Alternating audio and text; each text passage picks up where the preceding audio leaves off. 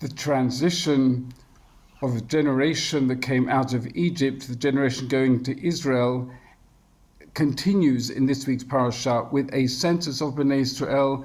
They are the ones that are going to take possession of the land. And we're told that in that census, Lo haya ish, there was not a single man who was in the previous census that Moshe and Aaron had conducted many years earlier, with the obvious exception of Yoshua ben Nun and Caleb ben Yefuneh, the two good spies. Rashi comments famously, Lo haya ish, there was not a man, but there were women. Women were not included in the decree of the spies. Why? Because they did not join in. The men had said, Nidna rosh nashuva mitzrayma. Men said, let's appoint a new leader and go back to Egypt.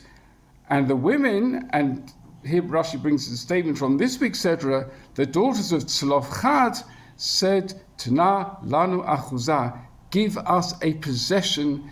The women, says Rashi, loved the land. Chibuvah haaretz, they wanted a possession in the land.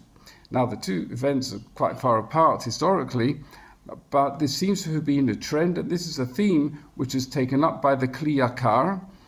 And he asks, why was it that the men didn't want to go into the land? In fact, the Kli Yakar uses a word, sonim et haaretz, they hated the land, very strong language. And he gives two reasons, one of which is the obligations of going into the land. The tithes that go into the land, they're obligated to give Trumot Masrot, the tithes that go to the Kohen and the Levi. They looked back to Egypt as a place where they were Peturim, they were exempt from all this. Now they're going into a place where they are obligated in all this. They didn't want that. The women, on the other hand, were very happy to be givers, but also, what was it that motivated the women? Actually, it was a man, and the man was Yosef HaTzadik, the ancestor of the daughter of Tzlofchad, and that is why the Kli Yakar and others say that the lineage of the daughter of Tzlofchad goes all the way back to Yosef, because it was he who taught his offspring especially the love of the land which he missed so much.